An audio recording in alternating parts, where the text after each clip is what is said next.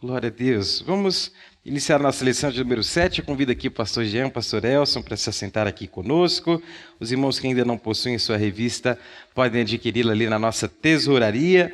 O nosso tema de hoje é Abraão e a prova de fé. Estamos nessa jornada aí através do livro de Gênesis. Já vimos sobre o Éden até Babel, Gênesis 1 até Gênesis 11. Aprendemos sobre a criação que revela a glória do Criador.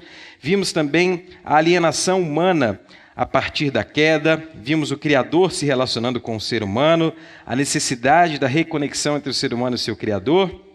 Vimos na última lição que a bênção de Abraão chega a todos através de Cristo, e hoje vamos ver sobre Abraão e a prova de fé. Nosso textuário é Gênesis 22, 8, que diz: E disse Abraão: Deus proverá para si o cordeiro para o holocausto, meu filho.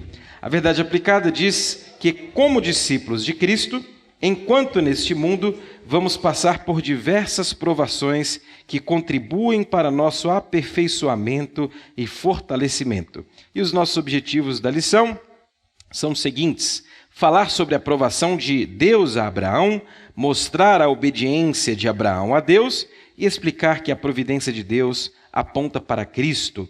Nosso texto de referência é Gênesis 22, a partir do versículo 2.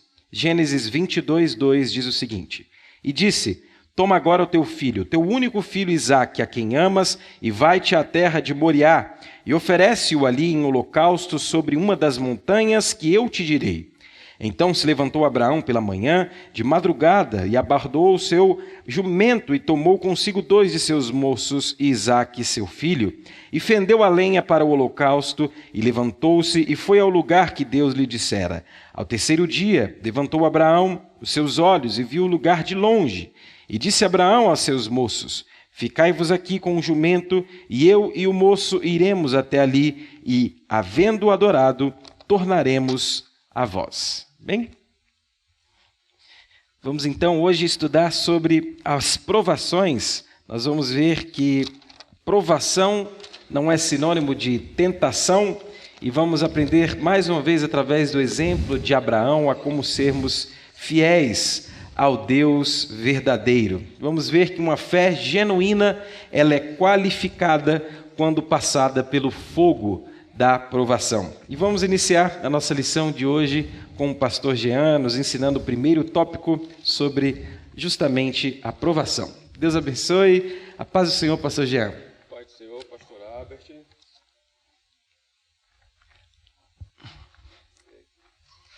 Glória a Deus. Amém. Pai do Senhor, pastor Albert, querida igreja, Pai do Senhor, queridos internautas, que Deus os abençoe. Antes, porém, feliz Dia das Mães a todas as mamães, inclusive a minha, que possivelmente está me assistindo agora lá em Fortaleza.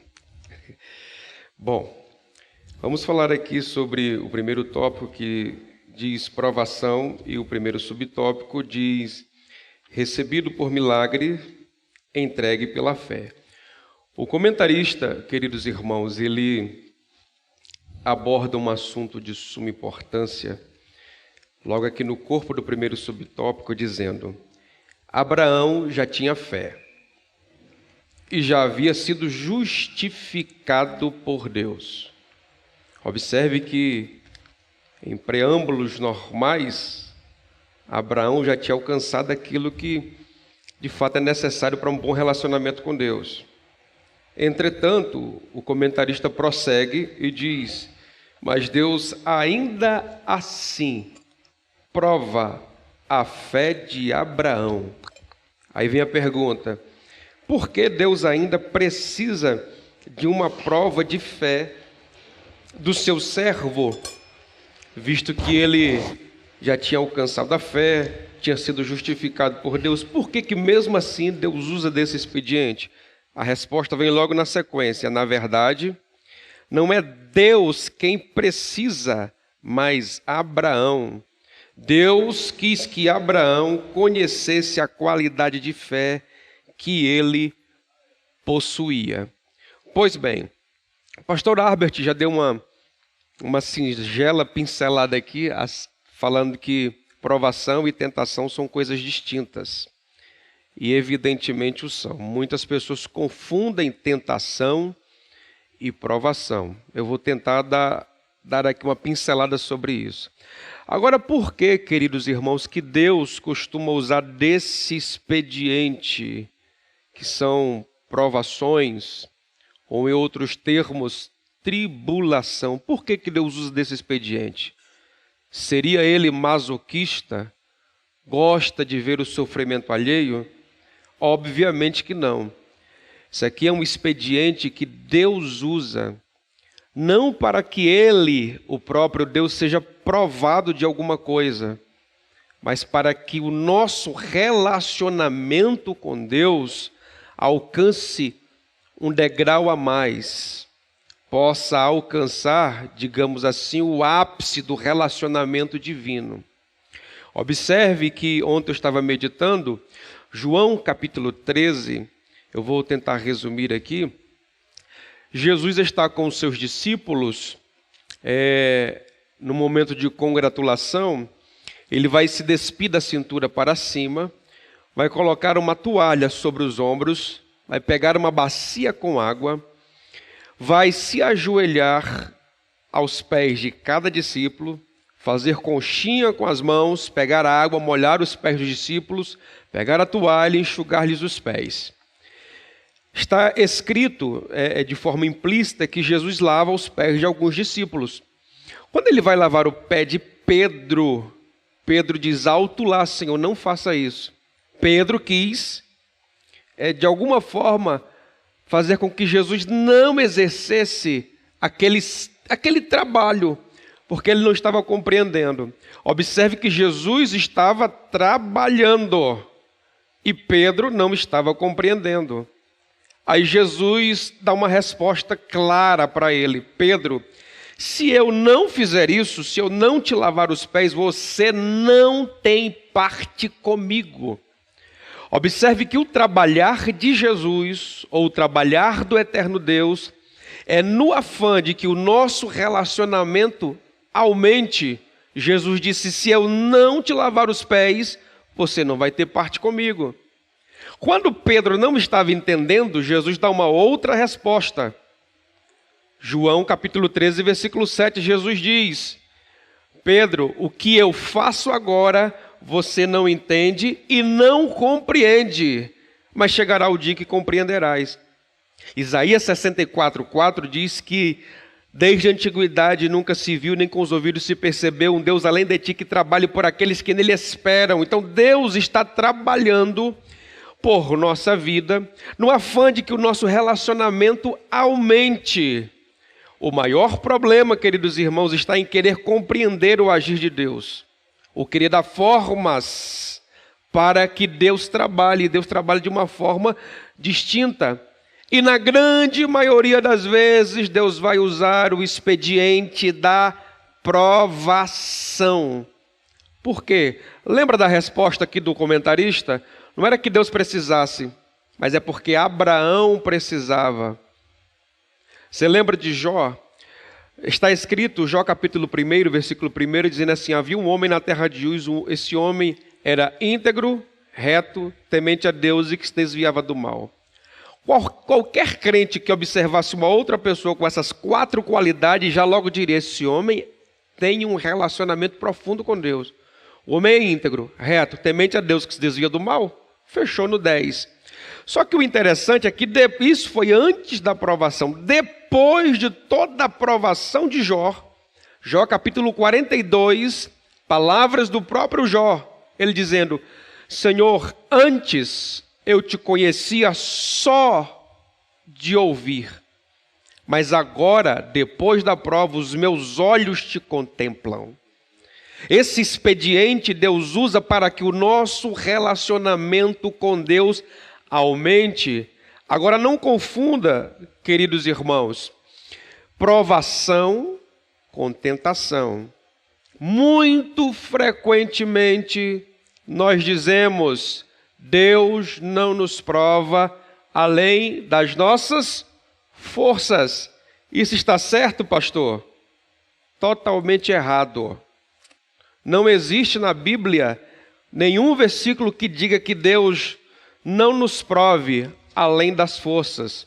Possivelmente você esteja, como não há tempo para eu fazer aqui uma distinção entre provação e tentação, possivelmente você esteja amarrado a 1 Coríntios 10, 13, que está escrito assim: não veio sobre vós tentação, senão humana, mas fiel é Deus, que não vos deixará tentar acima do que podeis. Antes, com a tentação, também dará o escape para que possais resistir.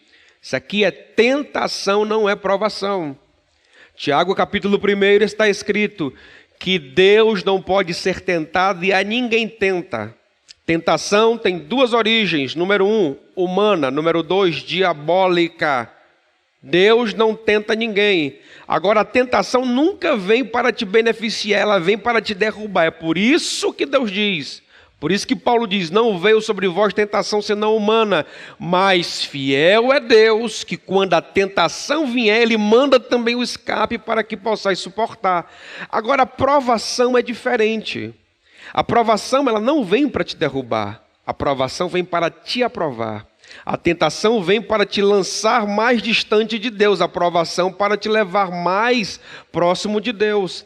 A tentação te leva para as redes sociais, a provação te leva para distante das redes sociais.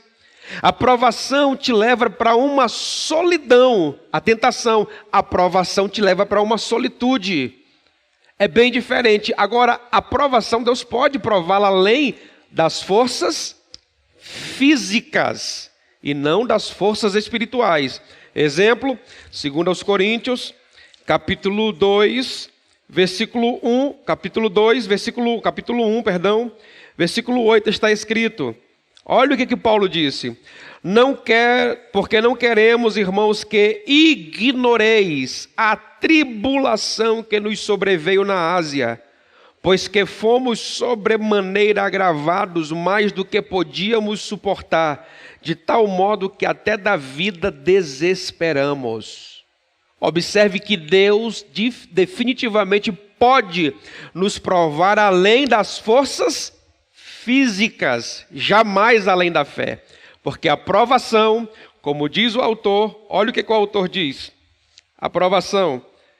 O apóstolo Pedro diz que as provações têm um papel importante para a fé. Número 1, provar a qualidade da fé. Número 2, provar a pureza da fé. Número 3, redundar em louvor a Deus na revelação de Jesus Cristo.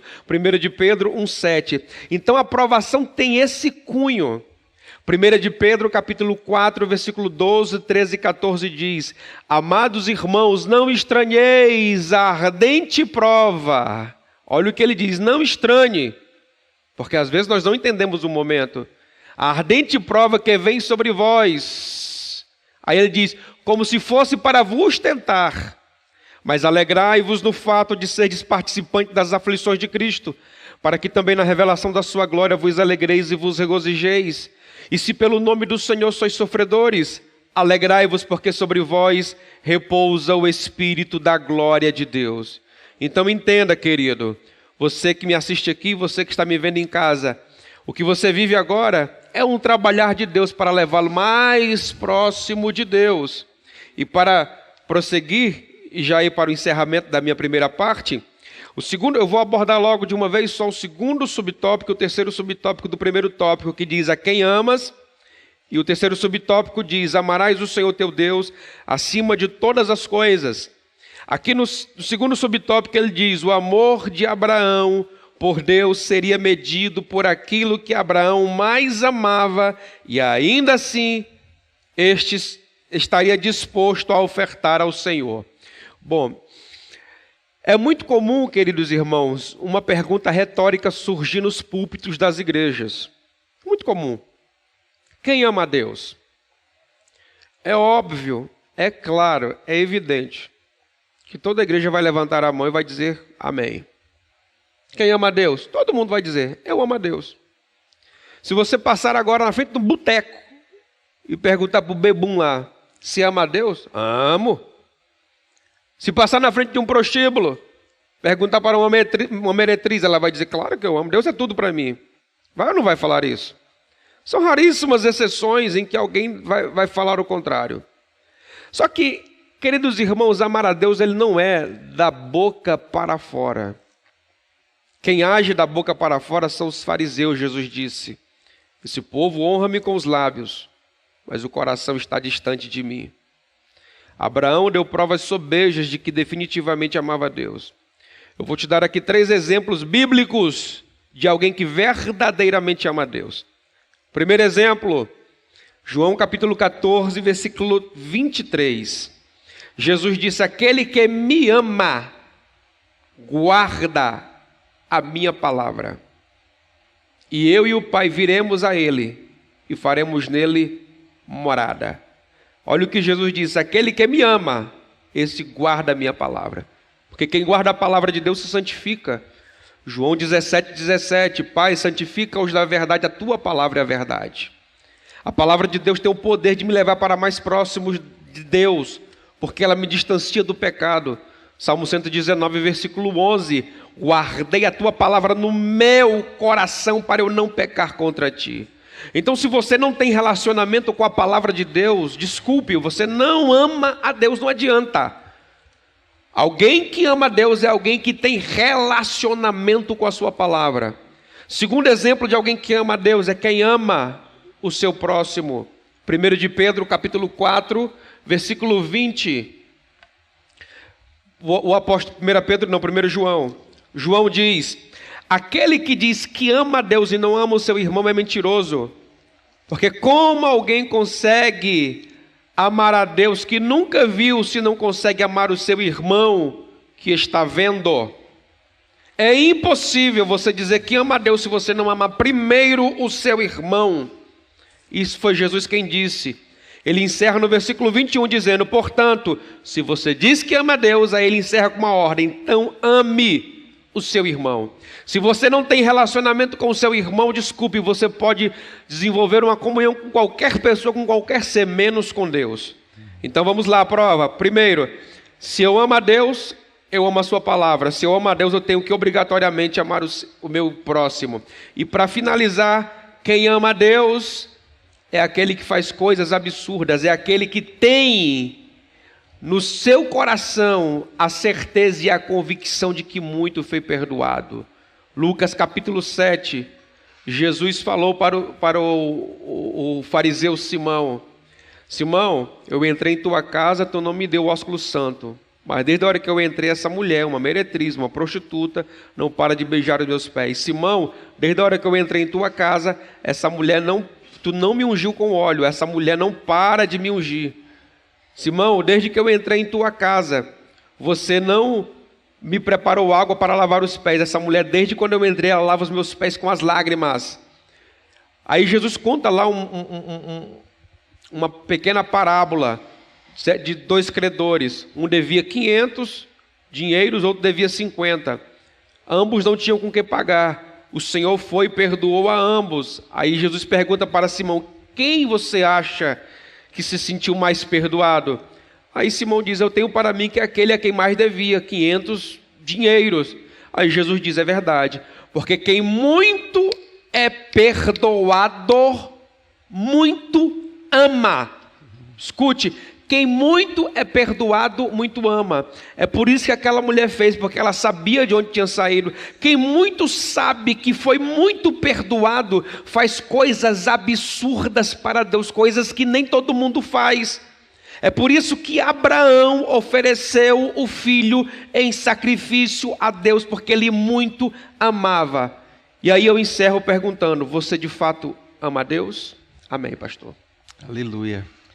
Pois é, nós iniciamos com essa pergunta bastante profunda. Estamos estudando sobre Abraão e a prova de fé. Nesse tópico inicial, aprendemos com o pastor Jean sobre a provação, que ela tem um propósito. Nós aprendemos que o propósito é para que o nosso relacionamento com Deus aumente, se aprofunde. Aprendemos a diferença entre tentação e provação. A tentação tem um propósito de nos destruir, tem origem humana ou diabólica. A provação, por sua vez, tem origem divina e tem o propósito de nos fortalecer. Nós vimos também que o Senhor prova aqueles a quem Ele ama. E por fim aprendemos que, assim como somos amados, devemos também amar a Deus. E o pastor Jean encerrou com esse questionamento: será que de fato amamos a Deus?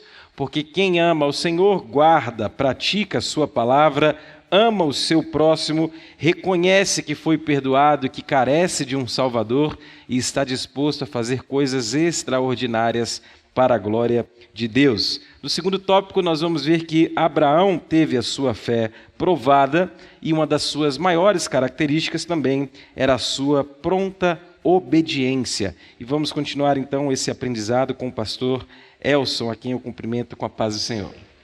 A paz do Senhor, pastor Albert, pastor Jean, paz do Senhor para a igreja, a todos os irmãos que nos acompanham pela internet.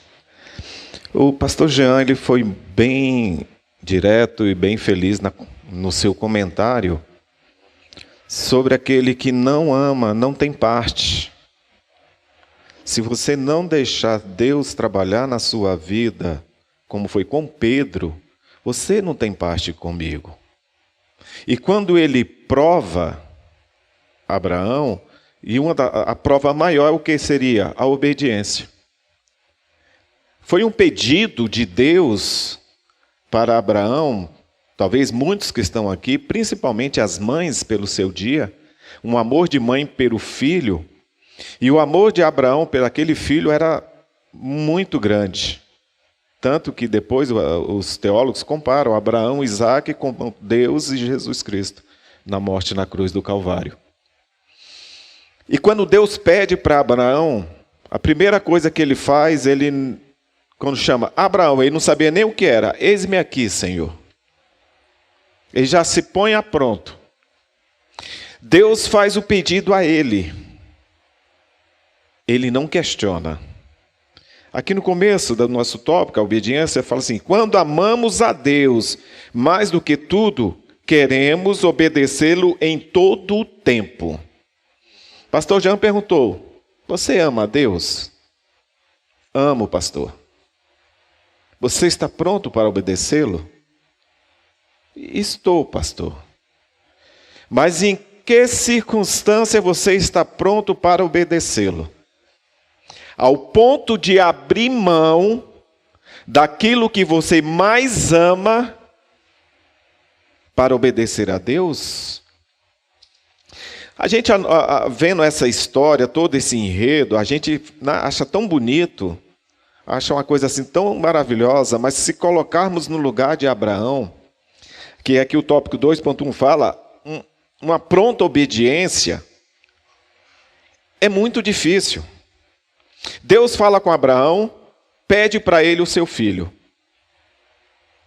No outro dia de manhã cedo, ele levanta, ele prepara todo o material, tudo que precisava para fazer um sacrifício, pega 2 servos, pega o seu filho Isaque e põe para caminhar para o rumo da terra de Moriá. A Bíblia fala que Deus orienta Abraão a ir para a terra de Moriá. A terra de Moriá, nada mais e nada menos hoje, seria a Jerusalém. Não é coincidência, é providência. E chegando em Moriá, ele aponta um monte, que é conhecido Monte Moriá. Esse Monte Moriá é exatamente onde foi construído o Templo de Salomão. Lugar de adorar a Deus. E o que vem ser a palavra Moriá, lugar, literalmente, né? Lugar onde se vê o Senhor. Ou o lugar onde o Senhor está. Deus chama Abraão, traga o seu filho, você vai fazer esse sacrifício no lugar que eu te mostrar. E Abraão leva no lugar onde se vê Deus. Nós temos que apresentar o nosso sacrifício, a nossa obediência a Deus, no lugar onde Deus está. Eu vou não me alongar muito nessa parte, não. A pronta obediência de Abraão. Abraão, a Bíblia fala na sua história que ele prepara 4 altares para o Senhor. O primeiro altar ele prepara em Siquém, onde Deus se manifestou a ele. O segundo altar ele prepara em Betel, onde Abraão deixa a cidade de Ai e vai para Betel. Desculpa, a primeira é onde Deus se manifestou a Abraão. O segundo é onde Abraão deixa a cidade de Ai e vai para Betel. O terceiro altar ele prepara em Hebrom, quando Abraão se separa de Ló. E aí ele dá uma pausa.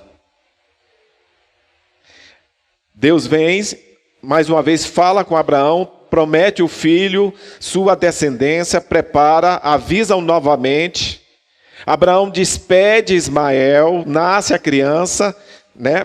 Passa o tempo, nasce a criança, depois ele despede Ismael com H para o deserto, e ali ele se acomoda. Ele recebeu a grande promessa na sua vida, que era ter um filho, porque ele não poderia, já era de idade, e a palavra de Deus fala que ele estava amortecido, ou seja, não tinha mais vigor. Quando a gente fala não tinha mais vigor, os homens sabem que nós estamos falando. Também, em compensação, pela sua idade, ele não produzia mais a semente para poder fecundar. E Deus prepara todo aquele cenário. A sua esposa Sara já tinha passado as suas regras, também não tinha condição nenhuma. E o milagre da concepção, de ter um filho, acontece. Ele se alegra. E ele fala, aqui está o meu filho, aqui vai estar o meu herdeiro, aqui a promessa de Deus, que vão sair gerações e nações de mim, está aqui. E ele acomoda, ele não mais ergue altar ao Senhor. Quantas vezes nós recebemos a bênção, nós estamos correndo atrás daquela bênção, nós tentando almejar aquela bênção, e aí a bênção chega. Mas antes da bênção chegar, eu estou no culto de segunda da vitória com o pastor Arbit, estou no círculo de oração, eu estou na consagração, eu estou no dia com Deus, eu estou buscando a Deus em todos os momentos da minha vida, mas a bênção chega, aquela alegria, a felicidade. Aí eu começo a parar, eu começo a orar menos, eu começo a vir só talvez nos domingos, e aquela bênção se tornou prioridade na minha vida. E eu deixo Deus em segundo lugar e a bênção ficou prioridade. Foi o que aconteceu com Abraão.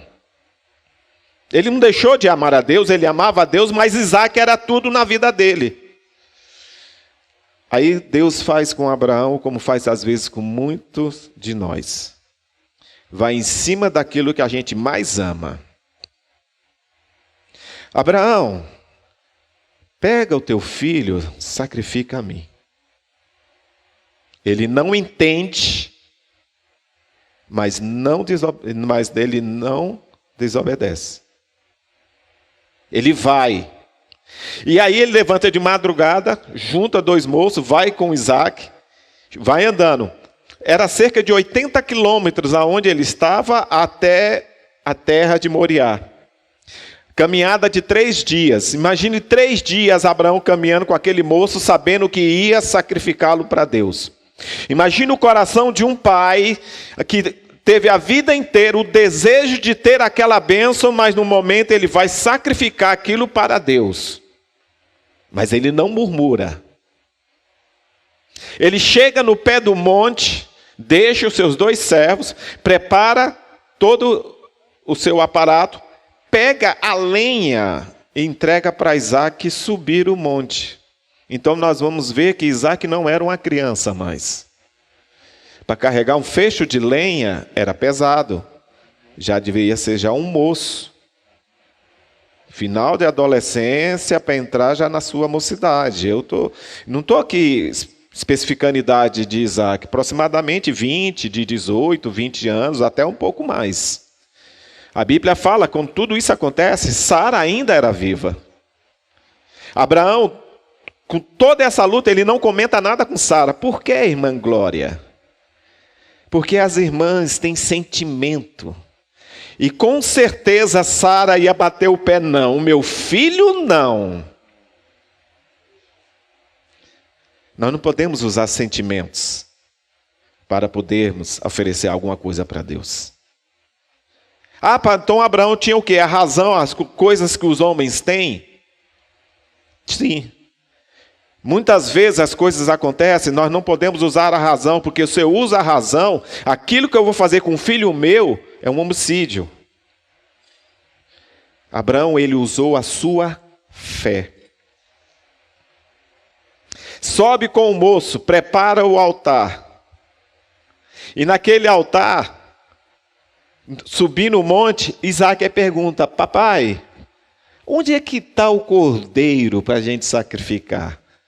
Agora imagine a pergunta de um filho para o pai, e o pai sabendo que o filho que será o sacrificado. Olha a fé de Abraão.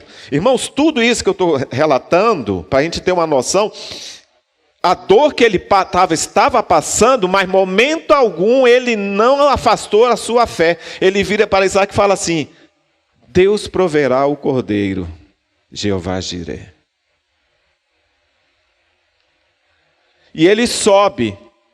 Antes de subir, ele vira para os seus 2 servos e fala o seguinte: vocês ficam aqui, que nós vamos subir o monte, vou sacrificar e adorar ao Senhor, e eu e o moço desceremos. A fé dele, ele não sabia o que ia acontecer.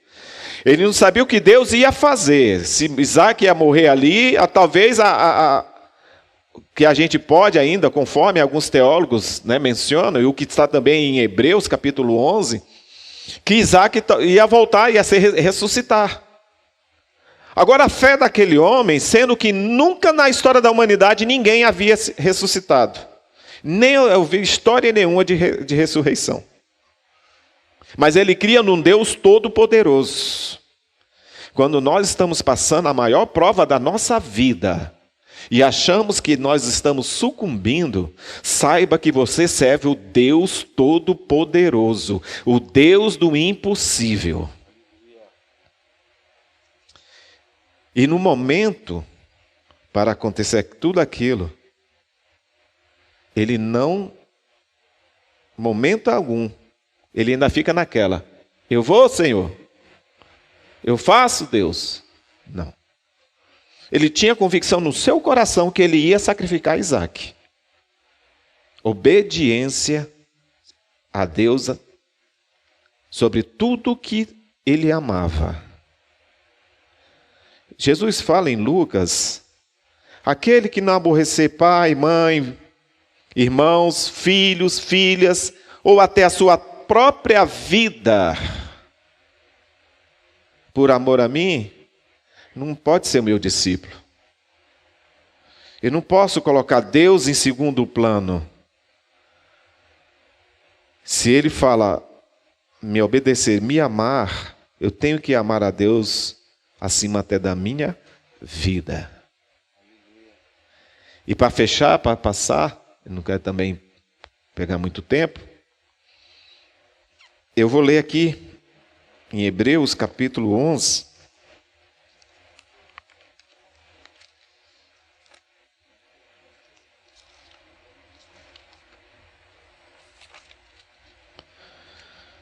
aleluia. Hebreus 11,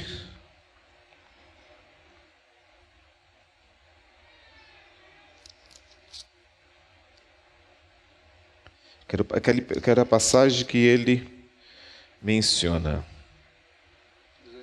17. Pela fé ofereceu Abraão a Isaque quando foi provado. Sim, aquele que recebera as promessas ofereceu o seu unigênito. Sendo-lhe dito: em Isaque será chamada a tua descendência. Considerou que Deus era poderoso até os mortos ressuscitar. O autor aos Hebreus, ele chega à conclusão que Abraão ele ia fazer todo aquele ato dele, aquele gesto dele, confiando que Deus ia ressuscitar, sendo que nunca tinha acontecido esse tal fato. A fé de Abraão em Deus ele via o impossível.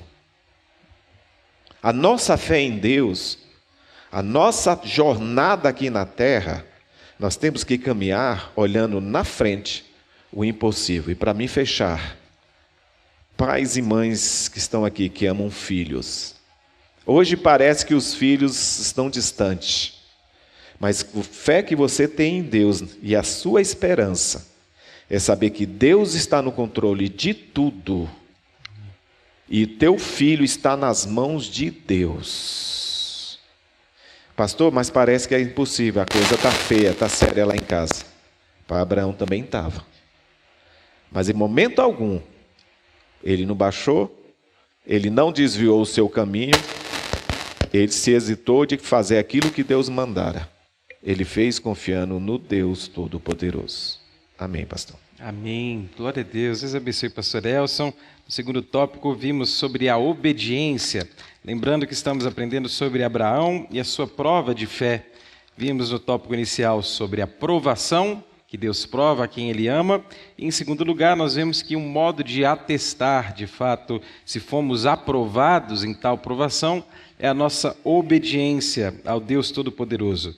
Lembrando que aprendemos com o pastor Elson que quando amamos a Deus, o obedecemos em todo tempo e não podemos nos esquecer de oferecer os altares ao Senhor, lembrando que Ele é prioridade em nossas vidas. Que Deus nos dê graça para sermos provados, que nós sustentemos firmes nessa provação e que através da obediência sejamos aprovados, por mais que a obediência seja dolorosa. Eu me lembro das palavras de Jesus que pergunta aos seus: por que me chamais Senhor, Senhor, e não fazeis o que eu vos mando?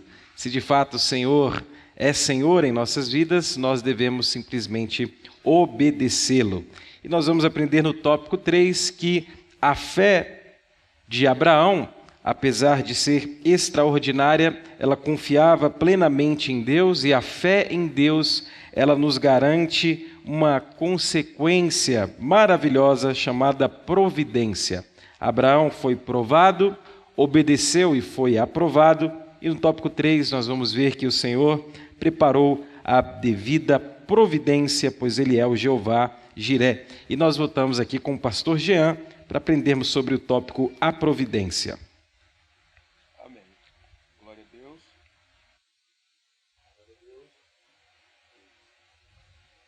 Glória a Deus. Amém.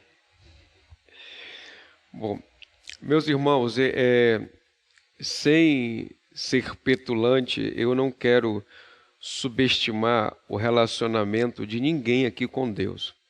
Mas, ao analisar aqui essa lição, o feliz comentário do escritor da lição, me parece, irmãos, que nós estamos muito aquém daquilo que definitivamente Deus deseja de nós. Tá? O escritor aos Romanos, ele diz que a fé, ela vem por um único caminho, a palavra de Deus. A fé vem pelo ouvir e ouvir a palavra de Deus. Agora, o interessante é que, salvo engano, Romanos capítulo 14, está escrito que tudo aquilo que vem oriundo da dúvida é porque não tem origem na fé. E o que não é de fé é pecado. Observe aqui, vamos juntar aqui as pedras do quebra-cabeça. Se eu vivo com dúvida, é porque eu não vivo por fé. E se eu não vivo por fé, eu vivo em pecado. E se a fé vem pelo ouvir a palavra de Deus, observe bem. Isso é sinal de que eu tenho que levar uma vida santa, entrelaçada nas páginas da Bíblia Sagrada. Eu citei aqui anteriormente, Salmo 119, versículo 11, está escrito: guardei a tua palavra no meu coração para eu não pecar contra ti. Quando a palavra de Deus ela é guardada dentro do nosso coração, ela gera em nosso ser a repulsa pelo pecado. Se não vivemos em pecado, logo vivemos em santidade. João 17:17. Pai, santifica-os na verdade, a tua palavra é a verdade. Se vivemos em santidade, vivemos mais próximos de Deus. Se estamos mais próximos de Deus, a nossa fé, ela começa naturalmente a ser aflorada. E aí coisas indizíveis começam a ser esboçadas por nossas obras e por nossas reações. Lembra do exemplo que eu dei aqui daquela mulher pecadora que entrou na casa do fariseu Simão? Ela fez o que Simão deveria ter feito. Mas por que ela fez? Porque caiu sobre ela a convicção do perdão dos seus muitos pecados. É por isso que Jesus diz: quem muito foi perdoado, ou seja, pecado expurgado, muito foi perdoado, muito ama. Como ela sentiu muito isso, então ela se aproximou mais de Deus, e por isso que ela fez coisas que era para outra pessoa ter feito. Então observe, quem está mais próximo de Deus, ama mais a Deus, faz coisas que nem todo mundo faz. Isso é óbvio, claro e evidente, é cristalino nas páginas da Bíblia. Agora o interessante, aqui no primeiro subtópico do terceiro tópico, eu achei interessante uma frase do comentarista. Ele diz assim: Deus viu perfeitamente que em Abraão, no coração de Abraão, Deus viu perfeitamente que em seu coração Abraão já havia ofertado seu filho no altar. A oferta, meus irmãos, ela tem 2 lugares para morrer. O primeiro lugar, que é o mais importante, é no coração. A oferta, antes de chegar no altar, ela tem que morrer no nosso coração, porque é aqui onde se manifesta a fé. Por isso é que a Bíblia diz: Deus ama aquele que dá com alegria, porque a oferta primeiramente morreu no coração. E essa oferta aqui não era qualquer coisa não, era algo extraordinariamente superior a qualquer pensamento abarcado pela intelectualidade, irmãos, pela racionalidade. Abraão iria ofertar o seu filho, e a oferta primeiro morreu no coração de Abraão. Ele já tinha ofertado, já está dado. Por quê? Porque Abraão estava num nível de relacionamento tão profundo com Deus, que, como bem disse o pastor Elson, e também disse o escritor sacro aos Hebreus, Abraão deu o seu filho, ofereceu, está escrito, e pela fé Abraão ofereceu o seu filho a Isaque, mesmo ele tendo recebido a promessa de que em Isaque seriam benditas todas as nações da terra. Ele já sabia que havia essa promessa, Deus havia dado a promessa de que em Isaque as nações da terra seriam abençoadas, e aí a partir daí, ele crendo na palavra que Deus tinha dado, ele disse: eu creio, se Deus falou que as descendências da terra seriam abençoadas em meu filho, então eu creio que Deus é poderoso para até dos mortos Deus o trazer, então eu o ofereço. Nós temos que crer, irmão, de forma absurda na palavra que Deus nos dá, porque Deus não é homem para que minta, nem filho do homem para que se arrependa. Se Ele fez uma promessa a mim e a você, essa promessa vai se cumprir, custe o que custar. A única forma dessa promessa não se cumprir é se Jesus voltar, irmãos.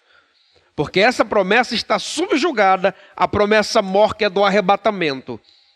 Mas enquanto Jesus não volta, qualquer promessa que Ele fez a você, qualquer palavra que Ele liberou para você, ela vai se cumprir. Então você tem que crer, você tem que matar primeiro dentro do seu coração, antes de chegar no altar. Porque aí Deus vai providenciar literalmente aquilo que é necessário para gratificar a sua fé.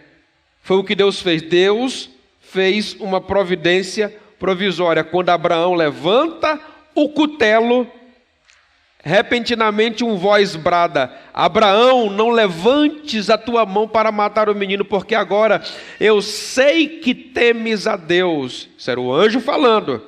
Deus já sabia que ele temia a Deus, mas ali era para que Abraão pudesse ver. E aí o que acontece? Milagrosamente, o que aparece, irmãos? Um cordeiro preso. Milagrosamente. Isso são os efeitos de quem crer na palavra de Deus e deixa a oferta primeiro morrer dentro do coração. Deus vai honrar a minha e a sua vida, a nossa fé, se crermos na palavra que Deus nos dá. E a palavra está aqui, ao seu alcance. Amém, pastor. Aleluia. Deus abençoe o pastor Jean, que nos faz lembrar, inclusive, da distinção do sacrifício de Caim e o de Abel, não é? Que justamente a diferença se deu não nos atos externos, exteriores, mas de fato na intenção do coração. O sacrifício, portanto, como aprendemos, se inicia em nosso próprio coração. Continuemos a aprender, então, nesse último tópico sobre a providência que apontava para algo, certamente. Não é isso, pastor Elson? Aleluia. Depois de tudo acontecer, quando Abraão, Deus brada, não faça isso, que ele já estava praticamente descendo a mão, ele para. Quando ele olha ao lado, como o pastor Jean falou, estava ali providenciado o sacrifício. Aí aquele cordeiro substituiu a Isaac. Abraão tira Isaac, já com agradecimento, ações de graça, ele pega aquele cordeiro, ele sacrifica ao Senhor, e ali junto com Isaac ele o adora. O interessante é que durante toda essa história, Isaac, em momento algum, questionou Abraão, se debateu, impediu seu pai que o amarrasse, nada, ficou calado, foi como um cordeiro para o matadouro calado. Poxa, pastor, essa é coincidência? Não. Ali Deus também estava mostrando como seria a redenção do mundo. O sacrifício, que era o principal, foi substituído pelo provisório, que foi o cordeiro. Com Deus foi ao contrário. Quem tinha que se sacrificar era cada um de nós. Mas Deus prepara o sacrifício oficial, o principal, que foi o seu filho que morreu, foi sacrificado na cruz do Calvário por mim e por você. Também tem muita correlação. Isaac sobe aquele monte com um fecho de madeira e de lenha nas costas. Cristo, quando vai para a cruz, ele carrega o madeiro. Isaac, momento algum, reclama, não fala nada. Cristo, na cruz, sequer abriu a boca para reclamar ou murmurar. Agora, a grande diferença, que Isaac foi poupado e sacrificou o cordeiro provisório. E nós fomos poupados por Deus. E o cordeiro de Deus, o Filho de Deus, foi sacrificado por nós. E para fechar, quando termina essa história, quem desce do monte com o Pai, regozijando, alegre por tudo que aconteceu aos servos, que Abraão fala, se aguarda aqui, que depois eu vou descer com um moço. Irmãos, não está muito tempo, pastor Jean falou aqui agora. Muito em breve, o Cordeiro de Deus irá descer em festa, no arrebatamento da sua igreja, e virá julgar todo o mundo. O Cordeiro, o sacrifício de Deus, que morreu. E a esperança de Abraão era que o filho dele talvez ia ressuscitar, ou talvez não, ele ia ressuscitar, como está em Hebreus. Desculpa a minha colocação. Mas o Cordeiro de Deus, ele ressuscitou.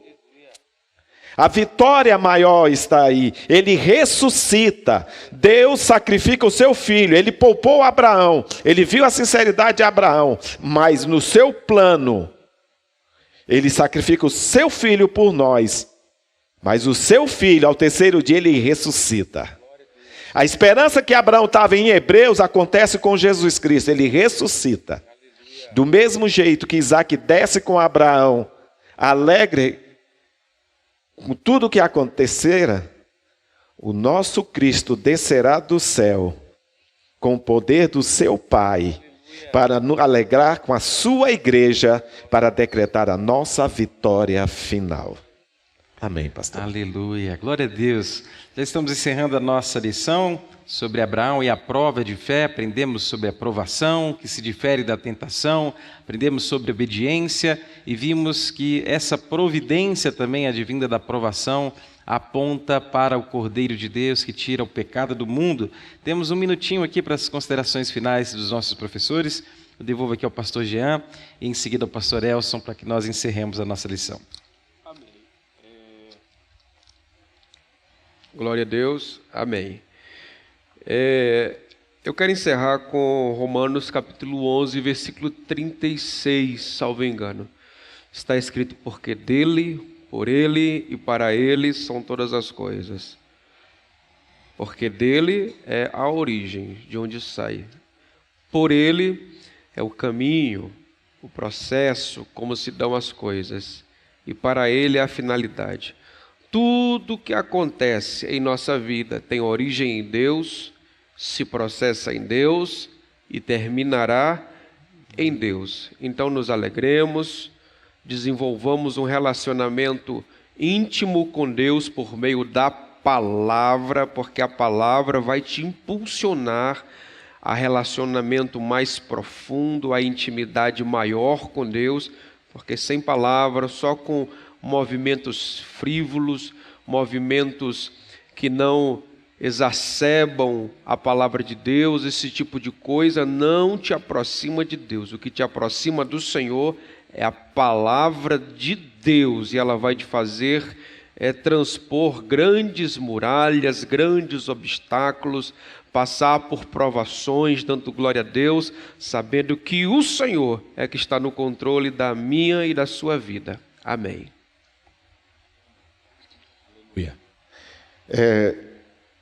O pastor Arbet me ligou e falou: pastor El, o senhor vai ministrar? Sim, pastor. Quem é que vai ministrar comigo? É o pastor Jean. Aí eu falei: Senhor, que prova eu estar no púlpito com o pastor Arbet e pastor Jean, para poder ministrar. Mas eu tenho a fé em Deus que essa provação eu ia vencer. Glória a Deus, aleluia. Brincadeiras à parte. Queridos, Deus, quando Ele nos prova, não é para mostrar para Ele se eu tenho capacidade ou não. Ele sabe que eu tenho. Ele sabe até onde eu tenho a força. É para mostrar a mim e para mostrar para você a capacidade que você tem, a força que você tem e o tamanho da sua fé. Pastor, a minha prova é muito grande. Querido, saiba que Deus é contigo e você vai vencer. E saiba também que a tua fé é grande para poder vencer esta prova. Essa história de Abraão, o desfecho também dela é para que possamos também ter a certeza que, independente da prova que venha para nossas vidas, nós sabemos que nós temos fé para vencê-la em Cristo Jesus. Amém. Que Deus abençoe. Aleluia. Glória a Deus. Vamos nos colocar de pé. Irmãos, agradecermos por essa lição. Quero louvar a Deus pela vida do pastor Elson, que apesar da sua modéstia, nos ensinou aqui profundamente a palavra de Deus. Pastor Jean, da mesma forma que sempre tem nos abençoado. E eu quero incentivar você a estar conosco sempre aqui na Escola Bíblica Dominical. Várias lições preciosas aprendemos hoje sobre a provação. Eu quero te incentivar também a permanecer firme nas promessas